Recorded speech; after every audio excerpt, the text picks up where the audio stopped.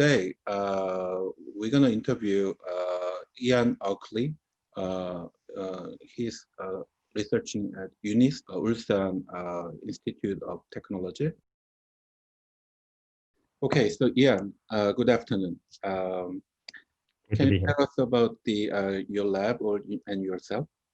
Sure, yeah. So my name is, if you give me a nice introduction, my name is Ian Oakley. I've been here at UNIST in Ulsan since 2013. So I've been here quite a long time now. I've been an HCI researcher for much longer. I graduated with my PhD in the early 2000s. I think I published my first paper in 2000.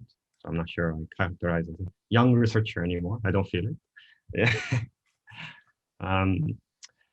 My lab's work, I usually describe it as kind of core or fundamental, or sometimes we say nuts and bolts HCI. So we're really concerned with how we interact with the various sorts of devices we might have around us. The smartphone, or I don't think I have some sort of wearable device like this Mio Band. How we might interact with these types of equipment, how we interact with these types of technology.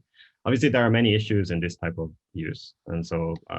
One of those is predominantly technological. We have to build all these devices, but our focus is not particularly there. We're kind of nuts and bolts HCI, and now we focus on how people use these types of technologies and how they can use these types of technologies.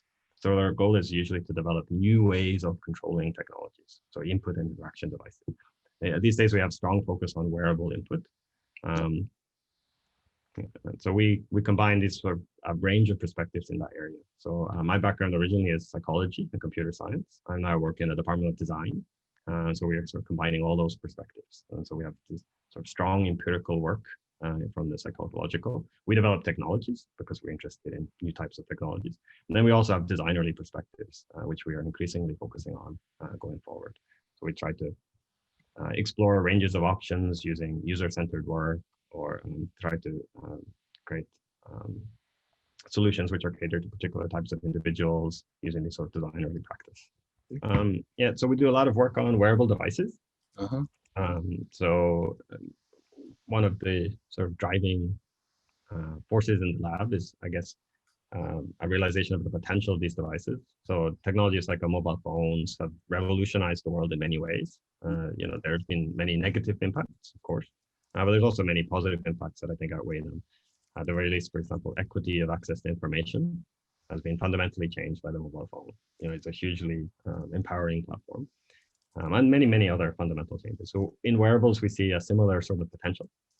Wearables could impact our lives in many ways. They could make them more convenient, they could make them safer, they could make them more secure, they could make us healthier.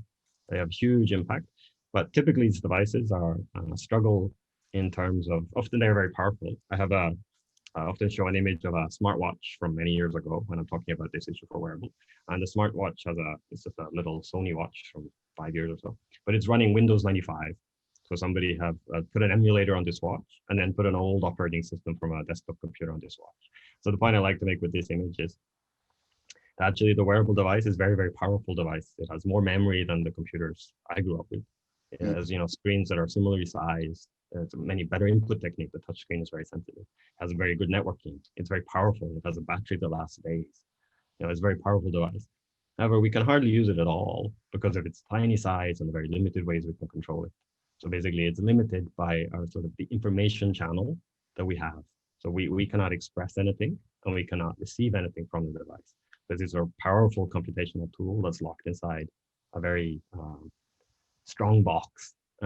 When we try to design input and interaction techniques for wearables, we're trying to sort of break into that box, provide more expressive and richer and more powerful ways to allow people to interact with those types of small devices.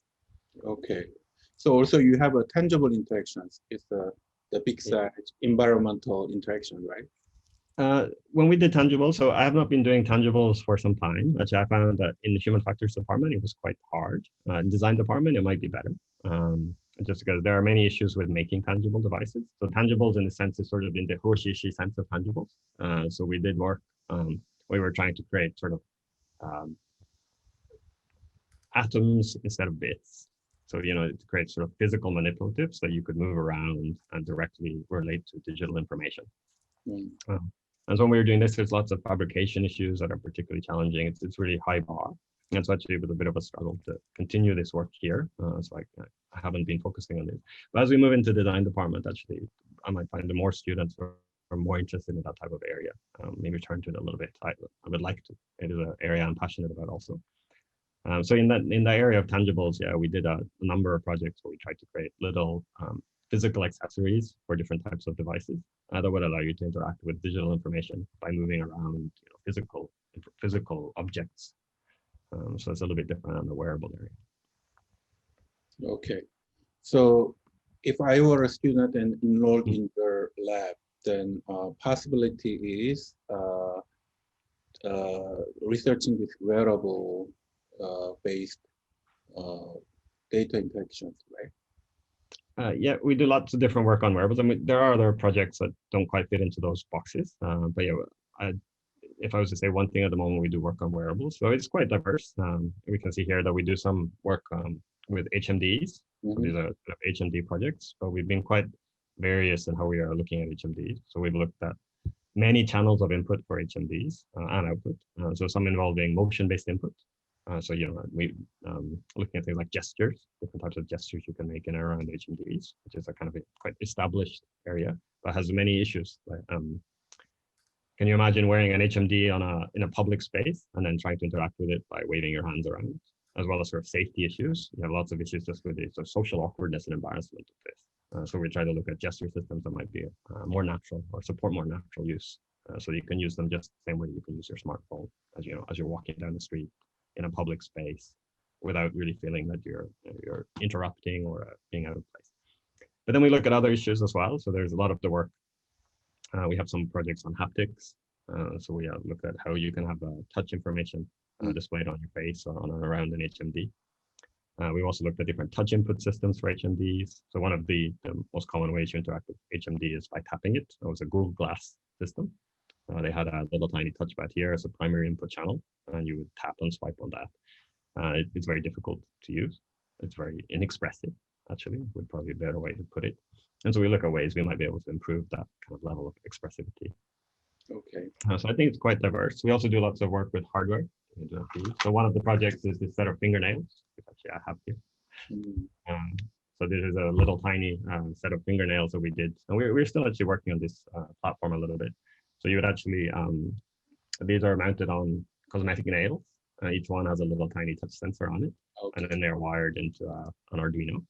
So you would, using regular nail adhesive, you mount each of the nails onto your fingertips. And then you would just wear the Arduino as a wristband. And then actually end up with a little touch surface on each finger.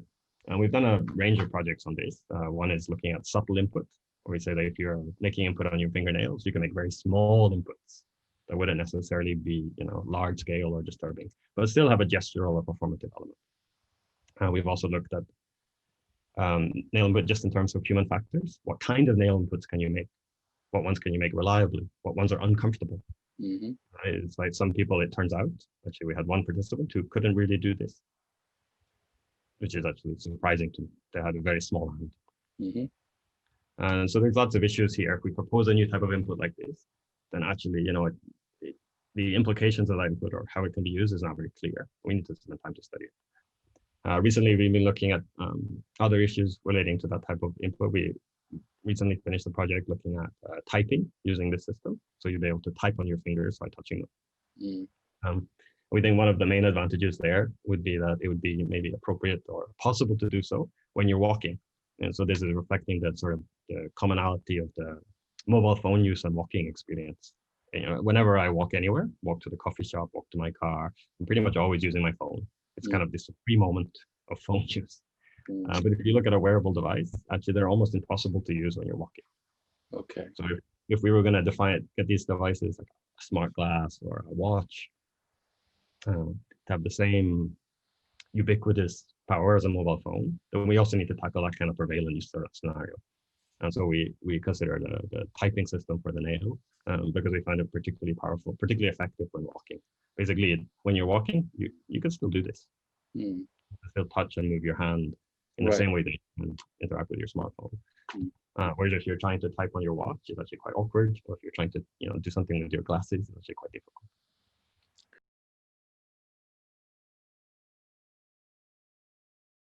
So the my impression is the your lab is exploring the newer kind of the input or interaction the method because we've been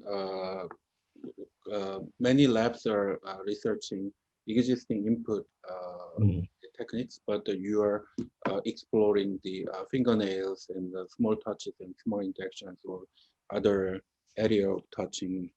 Yeah, we usually end up building something Mm-hmm. because the kind of sensing functionality that we're interested in is not available in some current device. So yeah, for example, we occasionally study things like let's use an unaugmented mobile phones. We might do some mobile interaction work, but it's quite relatively rare.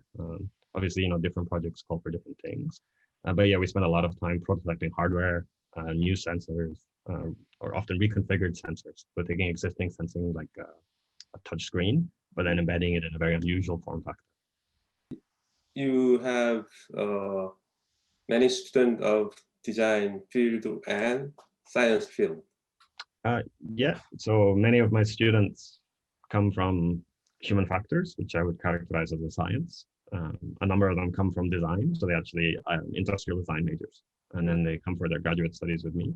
And some of them come from computer science, so it's more engineering. I always find that if you speak to two designers, you get two very different definitions of design, two very different perspectives on design. It's a very individual discipline. But yeah, the work I do, I consider many aspects of it to be design, and I think I'm justified in that. But then we also combine that design and those designerly perspectives with perspectives from science and techniques from science, with technologies and the use of technologies from engineering.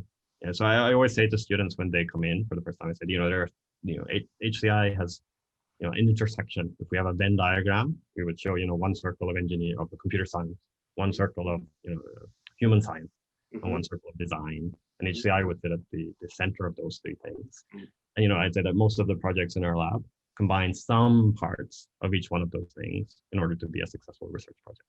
And different projects might emphasize different discipline more, different discipline less, but every project needs some part of each one. And so yeah, this communication among the disciplines is the core. Okay. I guess there are many students, Korean students are interested in your lab and the way of your researching. So hope that many students can see this video or your interview and choose your lab as the next destination. Thank you for providing me the opportunity to speak. Thank you. Okay, thank you. So we're going to close the interview now, okay?